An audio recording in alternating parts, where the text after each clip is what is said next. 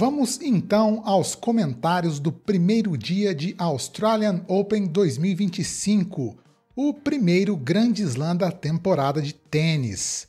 Vamos comentar aqui a derrota de Thiago Monteiro para Kei Nishikori, uma derrota dolorida de virada em 5 sets, e alguns fatos históricos, como a vitória de Hadid Habib, do Líbano, sobre o chinês Yang Chongket-bu, e também os principais resultados do dia. Mas eu queria começar com uma coisa um pouco desagradável. Era compreender qual é o prazer que algumas pessoas sentem com a derrota de tenistas brasileiros como o Thiago Monteiro.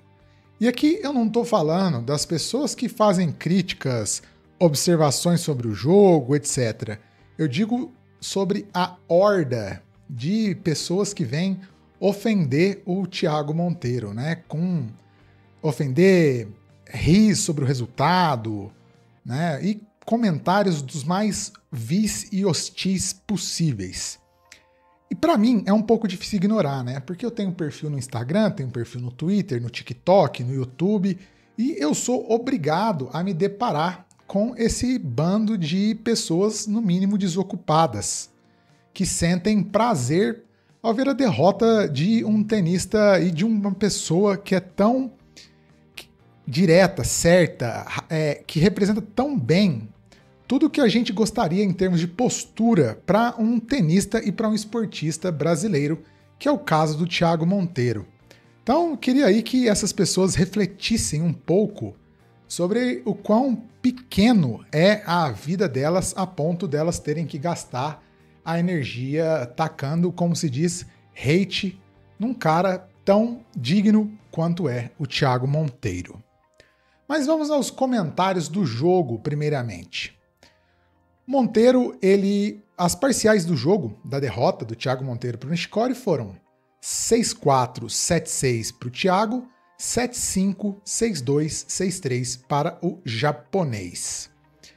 Uma partida que, para fazer um resumo, ela escapou pelos dedos do Thiago Monteiro, mas muito porque o Kei Nishikori se mostrou um jogador superior, e eu acho que é isso que decidiu a partida. Thiago, ele teve o controle da partida, não diria total, mas eu diria que ele teve a partida passando muito sobre as ações dele até o match point do terceiro set. Primeiro set, o Thiago sacou uma barbaridade e conseguiu, em um único game, pressionar o saque do Nishikori, conseguiu a quebra, fez 6-4. O segundo set já mais arrastado, com os dois jogando muito bem, Thiago sacando muito bem, mas teve que salvar 7 points no 5-6, acabou fazendo um excelente tie-break e marcou 7-6. Todo mundo achou que o japonês ia vir cansado para o terceiro set, mas um pouco inocente aí de quem pensou isso e da nossa parte, porque Nishikori se mostrou ao longo de sua carreira um tenista muito determinado, muito aguerrido, muito concentrado, e voltou para o terceiro set a fim de jogo. Logo no primeiro game, um game muito complicado para o Thiago confirmar, foi se arrastando o set, né, com momentos para lá, com momentos para cá, e no 5-4 o Monteiro chegou ao match point. E aí começou o verdadeiro terror, porque foi justamente no match point, a partir do primeiro match point, que foi no saque do Nishikori, que o japonês começou a tomar controle da partida. Salvou os 2 match points que ele teve no saque, né, os match points do Monteiro, no saque do Kei Nishikori, e a partir de então o Nishikori passou a dominar a partida. Porque ele achou o tempo de devolução de saque do Thiago Monteiro, né? O japonês estava tendo dificuldade para minimamente ler o saque do Thiago, e a partir daquele momento ele não teve mais essa dificuldade, e isso pressionou muito o Thiago. O japonês virou o segundo set, quebrou 2 vezes seguidas o Monteiro. A partir de então, a partida tornou-se um passeio. Thiago Monteiro, que sentiu um pouco o cansaço físico, sentiu uma fisgada, uma contratura na coxa, né? Fruto aí de ter vindo do quali, de muito calor. Thiago também não é o tenista mais novo, ele já tem 30 anos, 30 para 31 anos, né? O Nishikori tem 35. E acabou que o Nishikori sacou muito bem, dominou as ações da partida e, como eu disse na prévia, o Thiago não tinha muito espaço nesse jogo. Porque o fato do Thiago depender muito do saque e não ter uma grande devolução faz com que a margem fique muito curta, muito apertada. E foi isso que aconteceu a partir do momento em que o Nishikori achou o tempo de devolução do saque do Thiago. Porque aí o Nishikori passou a confirmar com certa tranquilidade os seus saques e a apertar todos os games de saque do Monteiro.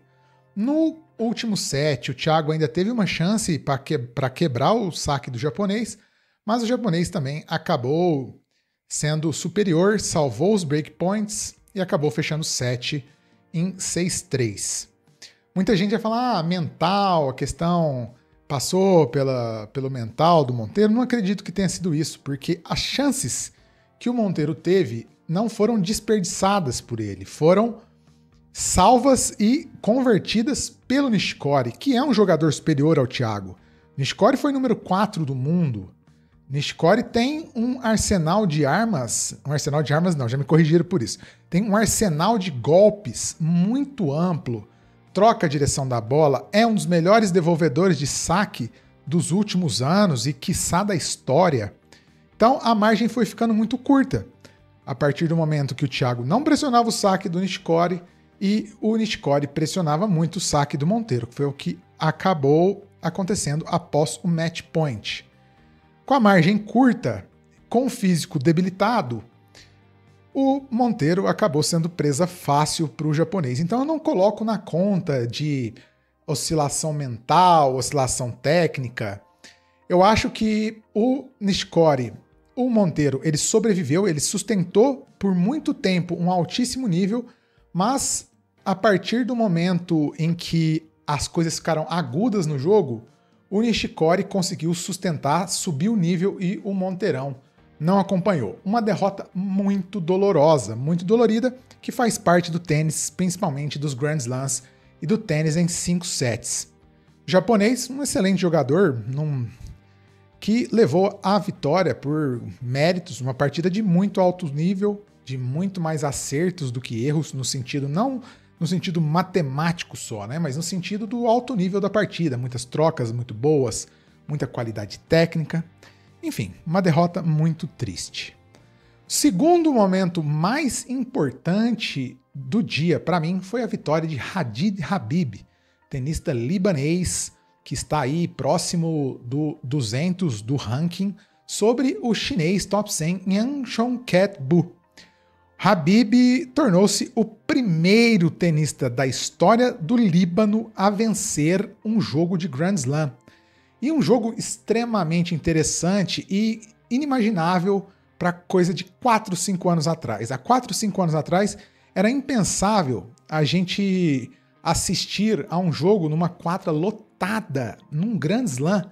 Uma quadra pequena, claro, quadra 13, mas uma quadra lotada para ver um chinês, que é um país que até agora não tinha muita tradição no tênis masculino, e um libanês, e foi isso que aconteceu. A quadra ali lotada, metade de libaneses, metade de chineses, torcendo ali de forma assintosa para os seus tenistas. E acabou dando o libanês, que venceu em 3-0.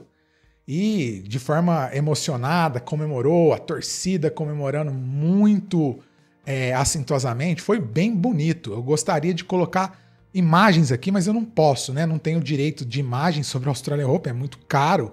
Isso pertence à ESPN, à ITF, à Disney. Não posso reproduzir aqui, mas gostaria. Mas foram imagens muito bonitas.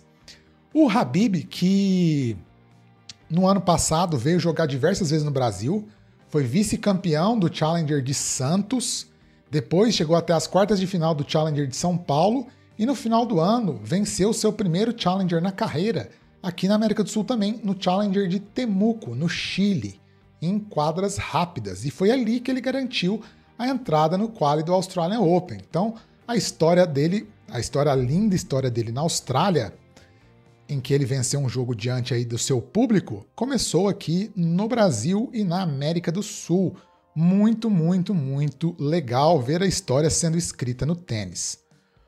Nas demais quadras não aconteceram lá coisas tão relevantes, apenas resultados meio já esperados. O Zverev venceu o Luca Pouille, a Sabalenka venceu a Sloane Stephens, o Casper Ruud teve um certo aperto contra o Jaume Munar, mas venceu no quinto set. E, enfim, né? Vou até abrir aqui para dar uma olhada nos resultados, para passar para vocês que não teve muita coisa diferente. Hugo Humbert venceu o Matheus Gigante, o Tomas Maicháky, um excelente tenista tcheco, venceu o Sumit Nagal, indiano, Jiří Lehečka venceu Litu, enfim, né? O Pedro Martínez ganhou do argentino/italiano Luciano Dardelli por 6-3, 4-1 e desistência. Enfim, né? Na chave feminina, um jogo razoavelmente interessante foi o da Clara Tauson, que venceu a Linda Noskova, duas loiras altas, fortes, que batem muito pesado na bola, a Paula Badosa, que venceu a Xin Wang. Enfim, nada de muito diferente. E na noite de hoje, domingo, dia 12 de janeiro, e na madrugada de amanhã, dia 13 de janeiro, teremos mais um tenista brasileiro em quadra. Thiago Seibothwild enfrenta Fabian Marojan, em jogo que deve começar por volta de 22 horas, 22h30. É o segundo jogo da quadra. Claro, teremos live aqui no canal para acompanhar e aqui no card está a análise pré-jogo desta partida. Partida muito dura para o brasileiro aí de 24 anos, que está sem ritmo, né? Não joga desde o ano passado, volta de algumas cirurgias e terá um embalado húngaro, que fez quartas de final do ATP de Hong Kong na semana retrasada. Já os outros brasileiros, Bia Haddad Maia e João Fonseca, ainda não têm data, quer dizer, já tem data, mas ainda não tem horário para estrear. Eles estreiam na segunda à noite ou na terça de madrugada. Bia Haddad, que enfrenta Júlia Riera, e João Fonseca, que enfrenta Andrei Rublev. A análise do João Fonseca contra o Rublev também está aqui no card. Na noite de hoje, madrugada de amanhã, teremos as estreias de Jannik Sinner contra Nicolas Jarry e também de Novak Djokovic contra Nishesh Basavared, além de Carlos Alcaraz, que também entrará em quadra. É isso aí, pessoal. Amanhã tem mais, quer dizer, hoje ainda tem live pré-jogo, live de jogo, e amanhã volto com a análise do dia 2. Se inscrevam no canal, chegamos aos 14 mil nessa madrugada, 14 mil inscritos, vamos ver se a gente chega até os 15 mil no momento aí do jogo do João Fonseca e da Bia, quem sabe até no jogo do Viu de hoje. Então se inscrevam no canal, curtam o vídeo, mostrem aí para os amigos de vocês. Muito obrigado por todo mundo que tem acompanhado o canal e não sejam haters. Abraço!